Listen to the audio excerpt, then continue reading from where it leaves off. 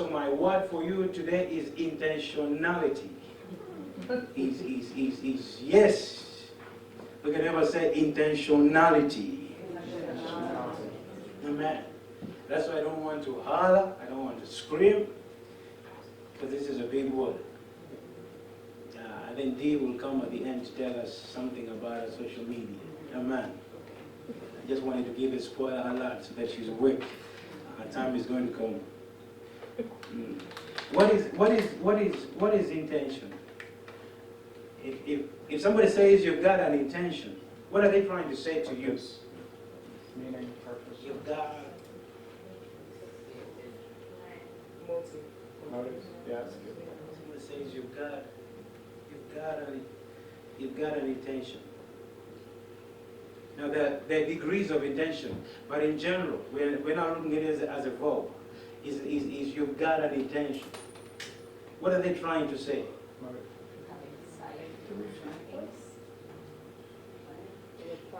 This church makes me look good in English. Yet English is my struggle, is my mother second language. Is to have a purpose, is your intention. It comes from the word intent or intent. Talk about motive.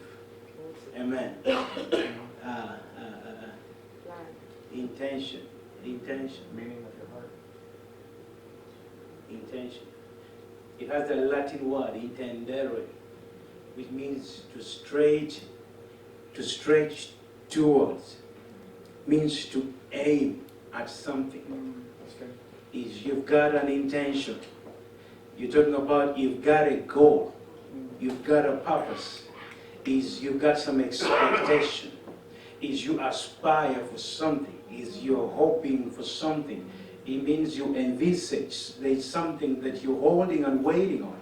But it says you've got some intention. It is something that is deliberate. Amen. And so I want to read for us a scripture in the book of Colossians, just one verse today, and we'll just spend some time and talk about it.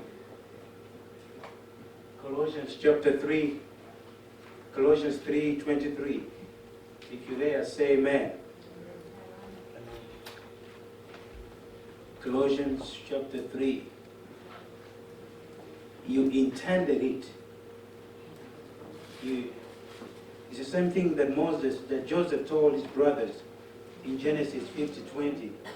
Says you intended it for this, but God did what? Turned it around. And so the scripture we are reading is Colossians chapter 3:23. I just want you to read it until it strikes a chord in your spirit. Can we read it together? Yeah.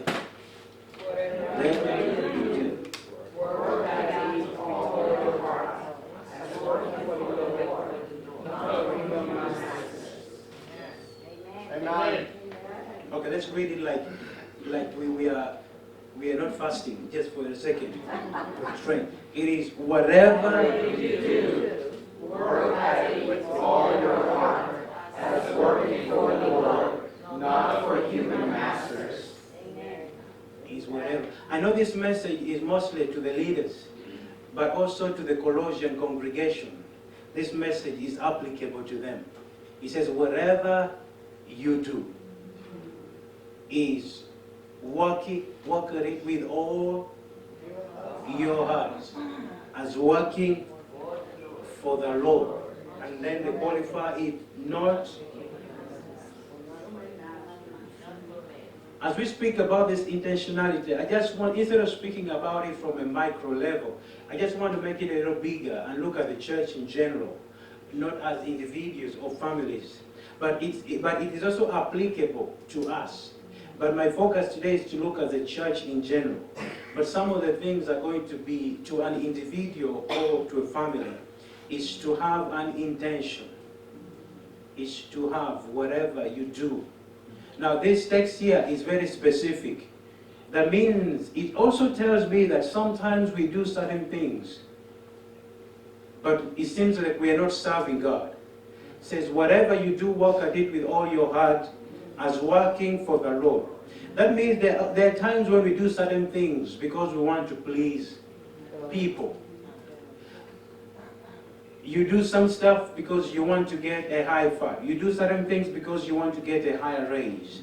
You do something because you want people, you want to get this public ovation. Or you want to get this applause from your colleagues. You want them to know that you are the best in it. And so there is that way that we can approach this thing. But the text is very specific. It's whatever you do. It's who is motivating you to do it. Do you want to please man? Or do you want to please God? These two are going to determine how you do it. Because if you're going to please man, then they're going to give you praise. But their praise is short-lived. Yeah. But if we're going to do things, and the goal is to give God the glory. Jesus. And so he's supposed to be the person who guides you. He's supposed to be the one that challenges you. Because why do I want to please someone that tomorrow is going to turn against me? So your boss can promote you, but the same boss can bring you down.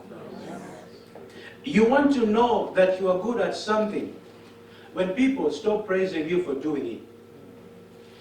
You know, I stopped, when I just come, I used to meet Sister Yvette, Sister Marlene always cleaning this place.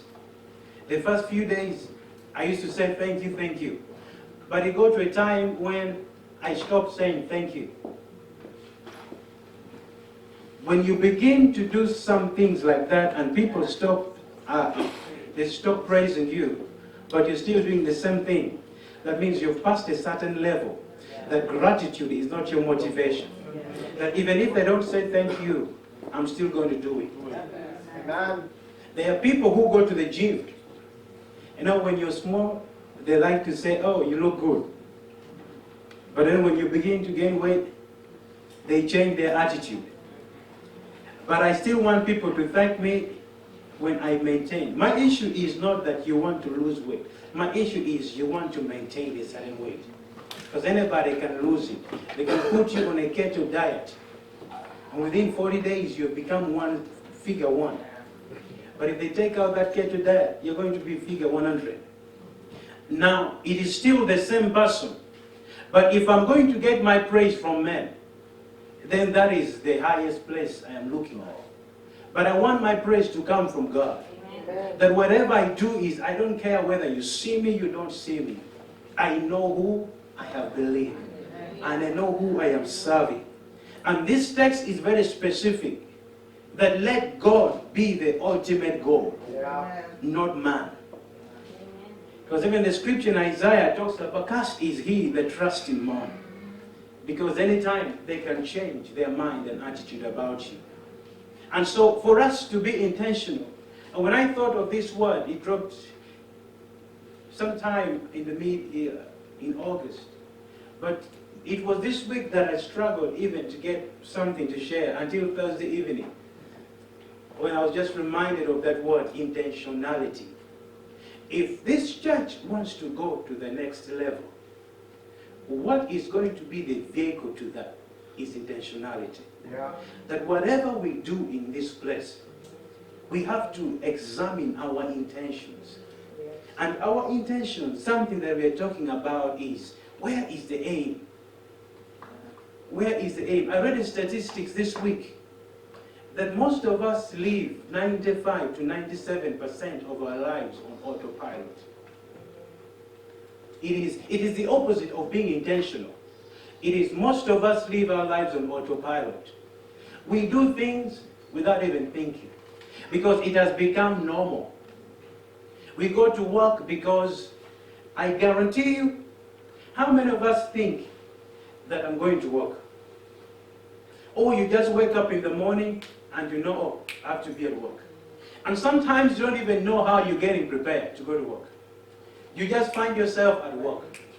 And even when you're back, you didn't think through the process. There is a new research called mindfulness.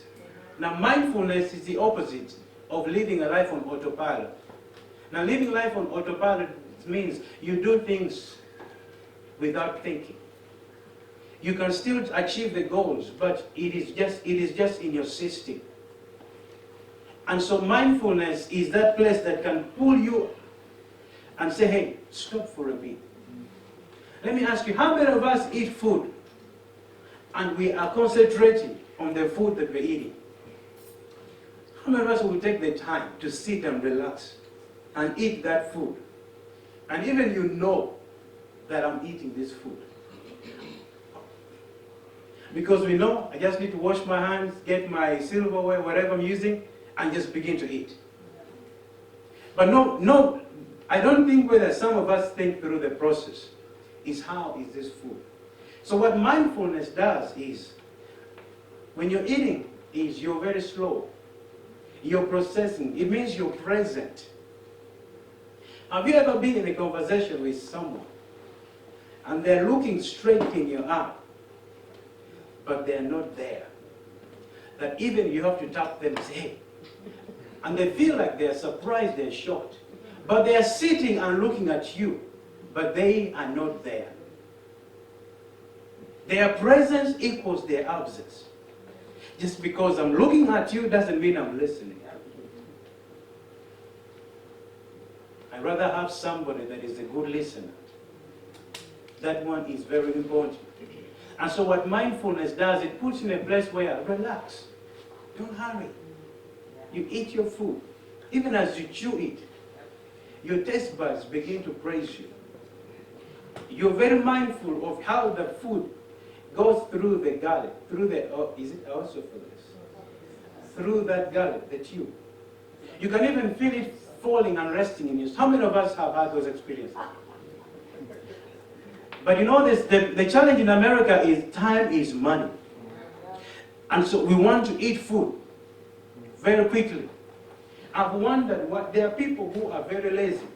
That even when they're going to get food, they rather stay seated in the car and go to the place called drive-through. Because for them, they don't have time to sit inside and fellowship. And you wonder why our kids have stopped listening to us. We wonder why our kids go astray at the tender age. Because they no longer hear you. Because you don't have time to sit with them for a second during dinner time and eat food and be present. But somebody else is attracting their attention. And this is something that I wanted to talk about today, is having this intention. Intentionality. It's one thing to have an intention, and it's another thing to be intentional. That's right. And that is what my challenge to us today is: we shall be intentionally intentional. Because intention is just a thought process. It is a thought that you haven't acted on. But being intentional, it means you are no longer you no longer respond to stimuli, but you are proactive. That's right. That you don't just sit and wait. I read somebody say that there are three kinds of people. There are those who do things, who make things happen. There are those who wait to see things happen. And there are those who ask what has happened. Ask your neighbor, which one are you?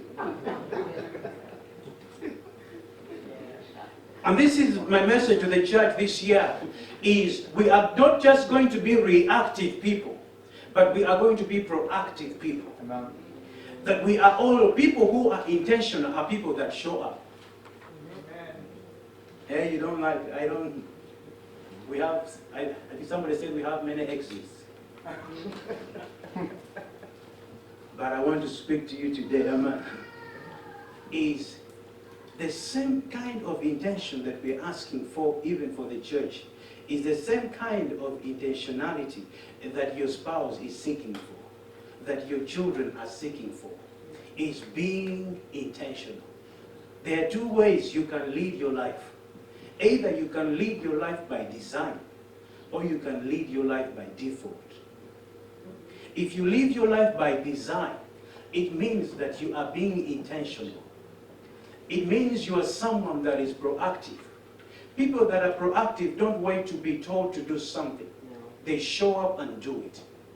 And this is the recipe to greatness. But people who live their lives on default, they don't care how things are. They put in less resistance. They don't want to fight. There are people that throw in the towel so easily. And then you wonder why things are not the same way. But this message is this year that if we want to see this ministry thrive and grow, then it is time for us to be intentional in the things we do.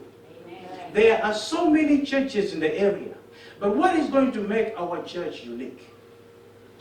We can choose to be like others and do things like they do. But what is going to make our church outstanding? The text in Songs of Songs, I think 5 verses 10, says, "My beloved is outstanding among 10,000. That if you put him among 10,000 people, I can show you where he is. Because there is something about him that is very unique. There is something about him that is just made for him. And so this is my message, is what is it that is going to make us different from any other church? Or let me put it the other way. Every church is seeking for people for the lost souls. But what is going to cause people to come to your church? Or what do you provide that other people do not? Because if we all do the same things, then there is nothing I call competition. The reason why competition exists is because I want to offer a better product. Now, there is this phone that used to reign some time back, BlackBerry. You remember BlackBerry? Everybody wanted to have BlackBerry when it had just come out. And people were killing each other because they wanted to buy one. But today you don't see BlackBerry. What? Because they failed in the art of innovation. Because they thought whatever they had, that was it. They didn't know that they have to update. Because the world is always revolving. And so it is the same thing. That's why when Apple came, people went for Apple. But Apple realized we have to be different. And so they began to come up with Apple 3, Apple 4, Apple 5. And even people that have Apple 11 are already waiting for Apple 12. And this is the same thing even with our spirituality. You cannot be a Christian and pray the same way you used to pray in kindergarten and still pray the same way now. And you think, when we talk about spiritual growth is going to derive when we are people that are intentional. Is how much do you want to grow? Do you just want to be a statistics? You want to be counted among people that come to church. But what is going to make you different? When they begin to locate and say, oh, you see, when people say, oh, we all went to church. But you're going to turn to your neighbor and say, did you see him in church? Sometimes you have to convince people that you showed up. Because probably you came and you did the normal things you do. But my message tonight is we have to go beyond the norm, even as a church.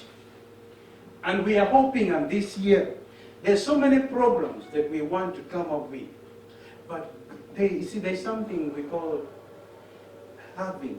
being intentional with God. Being intentional with God.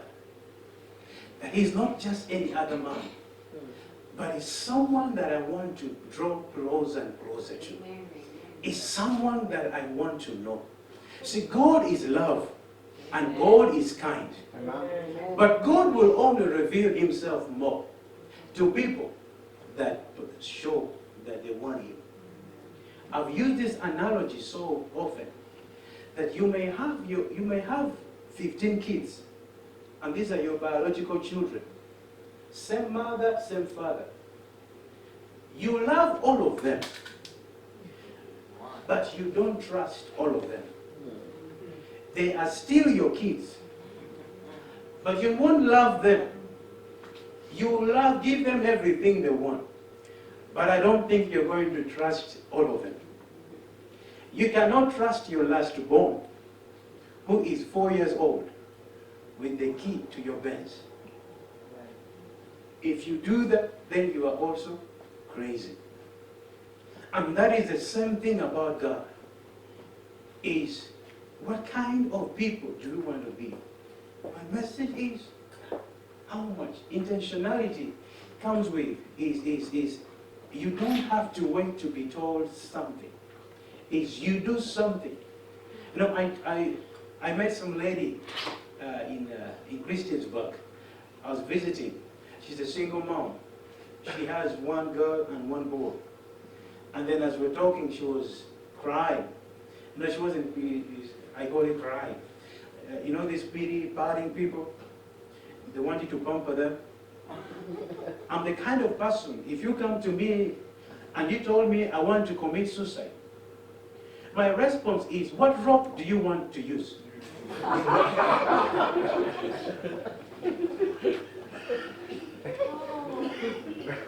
I'm going to, that is how I counsel people. If you want to commit, if I'm very generous, I'm going to advise you, say, that rope, you need a thicker one. Don't use one that is very thin, because this one will take long to kill you. Use a blue one, because it's thick. I call it tough love. There are people you just have to kick before they can wake up. Because if I keep pampering you for long, you're like, don't die. Sometimes you need to, hey, if somebody comes and tells you, hey, I'm going to, I know it doesn't sound like it's a pastor's heart. Sometimes you treat a fool the way he deserves to be treated.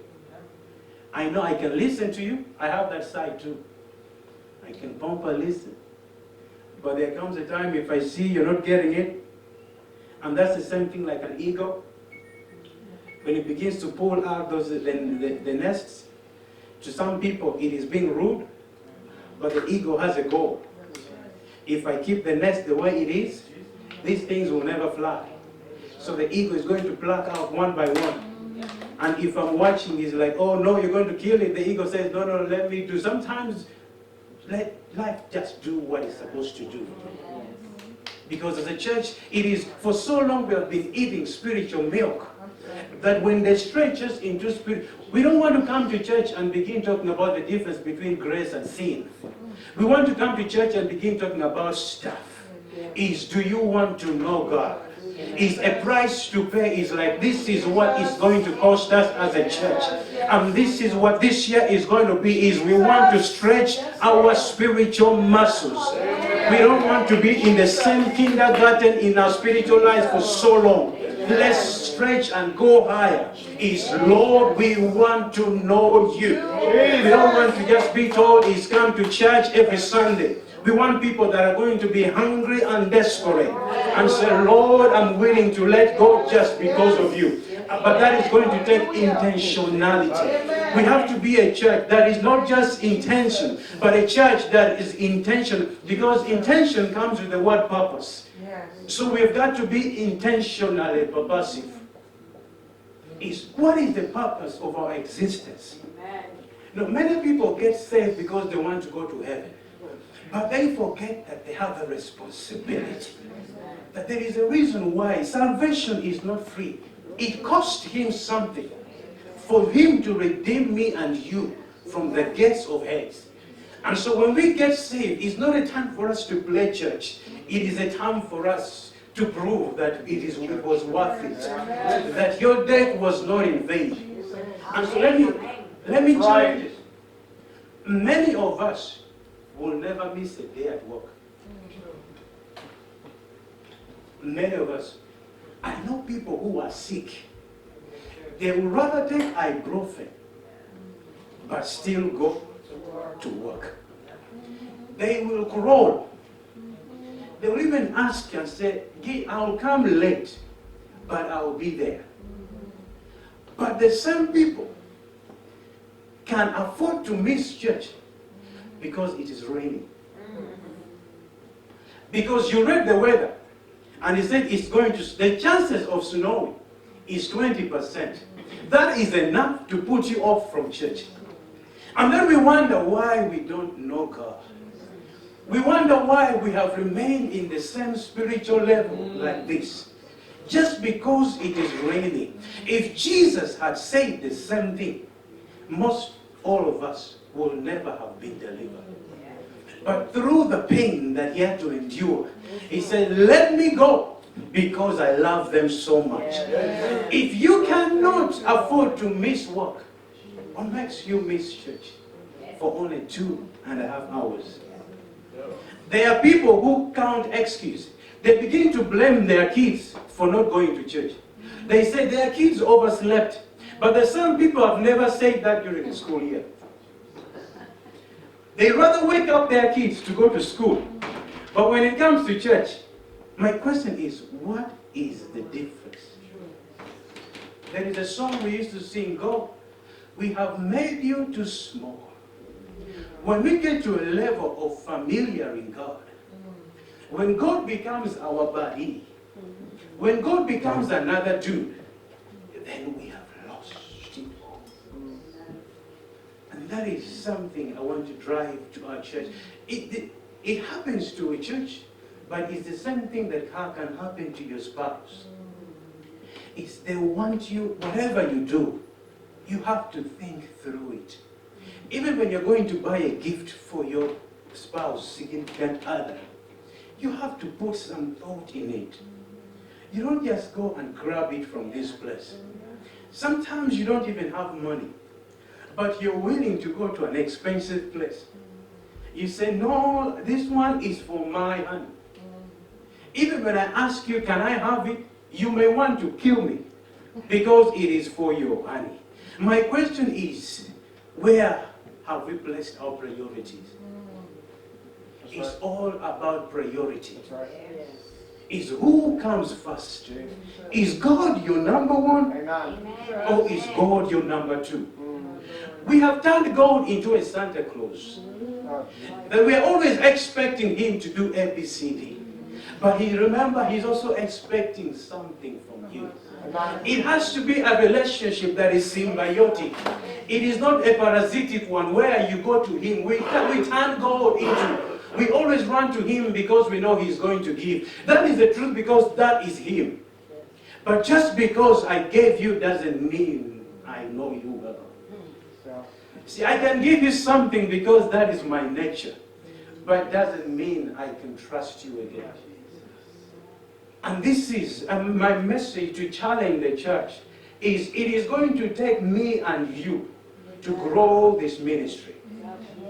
It is our responsibility. If we don't do it, someone else is doing it. Yes. And if we don't do it because we want to please men, let's do it because we know God is leading us. Amen. Because our reward is not in man, but our reward is in God. We have come from so far and we just don't want to remain the same people again. We don't want to be like the churches we came from. Probably you could have gone back. But the reason why you're here, my message is to upset your status quo. Is to tell you, hey, let's rise and let's worship and serve the Lord. And it's going to take sacrifice from each one of us. This year, if we want to see God glorified in this place, then let us make him our priority. We have misplaced these priorities, but it's time for us to correct and elevate the right priorities. And let's say, God, it is all because of you. If we do it for God, then he is going to take the glory. Jesus made a statement in John 3:30 that I may decrease so that you may increase. I don't want people to see me, but I want people to see God through me. Because if people begin to see me and not God, then I become an idol, I become an obstacle. But let my life lead you to Jesus. Let how I lead and do everything point you to Jesus. Because he is the Alpha and he is the Omega. He is the author and the finisher of our faith. And so this is my message to the church. It is time for us to take it beyond. Let's stretch and say, what more can I do to my church? We don't want to come to church because we're expecting. We should come to church with the motive is, what more can I do to this place? Because I can guarantee you that if this church thrives, you are going to thrive too. Amen. When the Bible says carry one another's burden, I have realized that as you carry, you are also moving. That's right. That is is true. you don't carry and you stay in the same place. That's true. It is actually an indirect way of God saying that if you want to move, move someone Work else. out. That's why when the scripture says it's better to give than to receive. Amen. To some extent you think that the people who are receiving are better than the people that are giving. But the people who are receiving do not know that me, I am getting more than what they are getting. Amen. And this is my prayer. Even for those that are married, is your spouse does not want you to do things that are always the same. Is they want you to go. I've heard of that word, far and beyond. You know, this lady in Christiansburg said, hey, she's complaining. It's like, she's, I think, in her 40s. And saying, I've been raising these kids and nobody's helping me, and she's all these things. And it's like, I need a man. I said, you cannot get a man if you keep dressing like this. You know these cats, you dress like you're the one going to sweep 495? You dress and they're sweeping every dart of the road. I just told her, the man will come if you're sexy. Pastor, you don't say that. I told her, you've got to work at it. You don't just sit and say Hail Mary. You've got a responsibility. Do something about it. And this is what I have resolved this year. I don't want to be another dude. But I want to prove to God that I am worth investing in. Yes. That's right. I want to make a statement to God. There's a song we used to sing, while on others thou art crying. For me, do not bypass me. That song seems selfish to some extent. Because you are telling them, Father, you can pass those other people. But me, do not bypass me. You put yourself in a place and say, Lord, there is no way you can bypass me. Because I deserve it. Is I have prayed, I've waited on you. My question is, how much more are you putting in your spiritual life? That's right. You see, if God is to, I've used this so much, but if God is to testify about you, Be willing. what can he say? So it's one thing for me to stand and tell you you're good. But if God is to come here and tell you you're good, what is he going to say about you?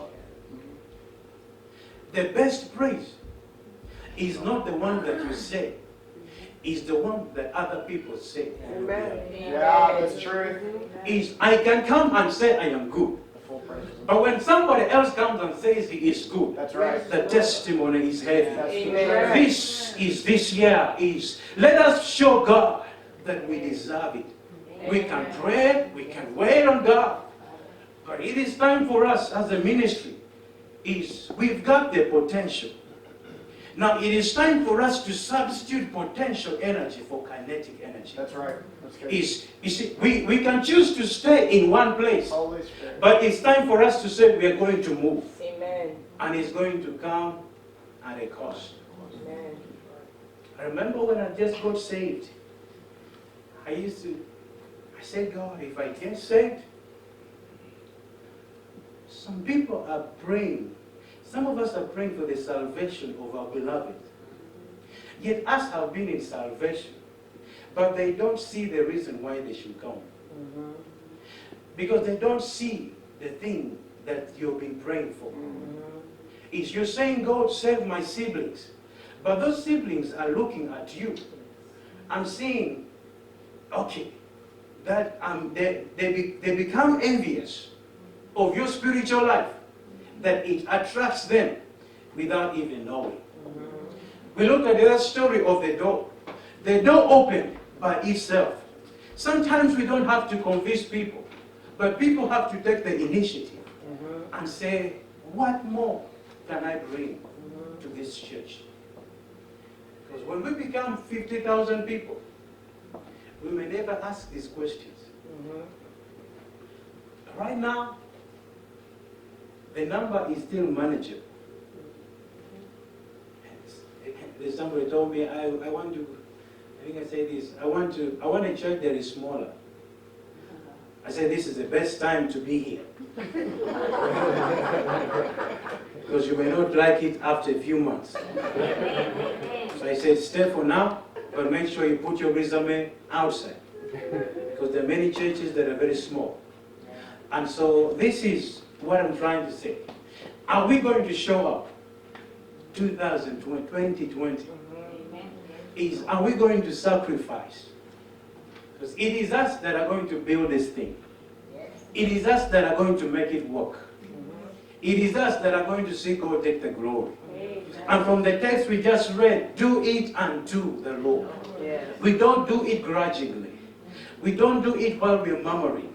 Because you know my reward is where? Even if they don't see me do it, I am going to do it. Because I know whom I have believed and I know who died for me. Is my service worth the death of Christ on the cross? If you answer yes, then you say, Lord, like Isaiah said, here I am, send me. When you get to that place, it's going to take a personal revelation. It is going to take a personal insight for you to sit back and ask, what more can I bring in my relationship? Do I just want it to go by? Do I just want to do it the way I've been doing? Is what more can I do to make... I spoke to some married people, and it was men. I spoke to those men. I told them, don't think it is a guarantee that your wife will stay with you forever. They wanted to stone me. But my message is, it is not a guarantee that she has to stay. There is something that is causing her to stay. But if you take advantage of that, she has the opportunity and the will to walk up. So do not take it for granted when she's still hanging on. You have to prove that I am worth hanging on to. Because with me, we shall land safely. But it is about competition. You wonder why some men come and interfere in your marriage. Some ladies come and interfere. They put you in a place of insecurity, that you begin to look at yourself whether you are worthy. But everything is about competition. If I always take my wife to Rose, every Christmas, that's where we go. One day I will come and say, honey, let's go to King of Prussia. The more I take her to King of Prussia, you keep going to Ross. That scripture will come true. They shall run and not grow weary. The reason why she's there is because she still sees something. Don't take it for granted. Do more. Make her want to stay longer. She doesn't have to tell you, but your actions speak. If you're always buying things on sale, one day she will do the same thing and you'll not like it. Isn't that the same thing we do to God? He's always expecting more from us. But are we ready to say, God, I'm going to reciprocate this thing? We cannot match what he does, but we can do something to show that I'm there. And this is my message for this year. Let us be a people that are intentionally in everything that we do. Even when we have these outreach programs, is put God first. Even when you want to do anything, sometimes you don't have to even call anybody. It's like, I'm going to show up, I'm going to be there.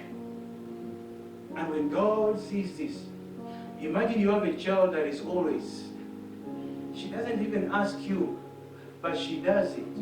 She's proactive.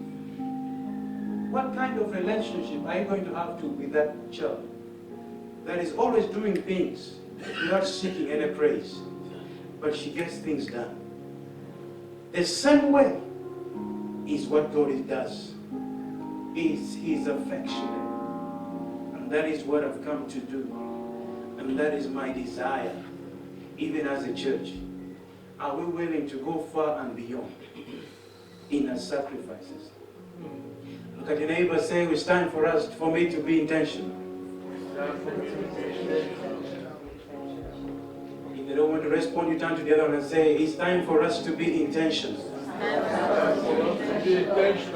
Are we ready and willing to build this place? Are we ready and willing One thing is, I don't know how long I'll be here. But as long as I'm here, I want to see God take the glory. I want to go far and beyond. I don't want to be a statistics. I don't want people to just read about me. I want them to get to my name and post. Today when you read about Reinhard Bonnke, you have to take a pause and look at his life. But there are some people, they will read and you won't even care to know. Do you want them to take a pause when they get to you and say, I want you to be like her. I want you to be like him. This is what is going to make us unique. That text we read about, my beloved, is outstanding. Talked about that message sometime. When you go and meet a harlot and you're preaching to them that your God answers by fire, she's going to look at you and say, what else can she provide me that my money does not provide? Is what do you have to prove that your God answers? Jesus. No many times people come and ask you for prayers. Sometimes we turn and say, let me call this person to pray for you. But we have to get to a level where your prayer, you are confident about your prayer. He will. That you're confident that he hears and answers. Well. That when you pray, we have to get to a level where we have to stop calling on the God of Abraham, Isaac, and Israel. Enough of that God. They're dead. We want people now to begin calling on your God. Can your God do the same thing that the other gods have done? Is your God relevant? Can I count on your God to answer my prayer? That is my message. Can I count on the God of your church to come through when I call on his name? What is it that makes your God so special? And this is what happened when they went to India, T.L. Osborne. They found that every household had a different God in India. And they worshipped. And T.L. Osborne thought, oh, I'm an evangelist. I'm just going to go and preach to them and they'll get converted. But he went to each house and they pointed, this is our God. And nobody came out to his crusade. And he wondered why and people coming.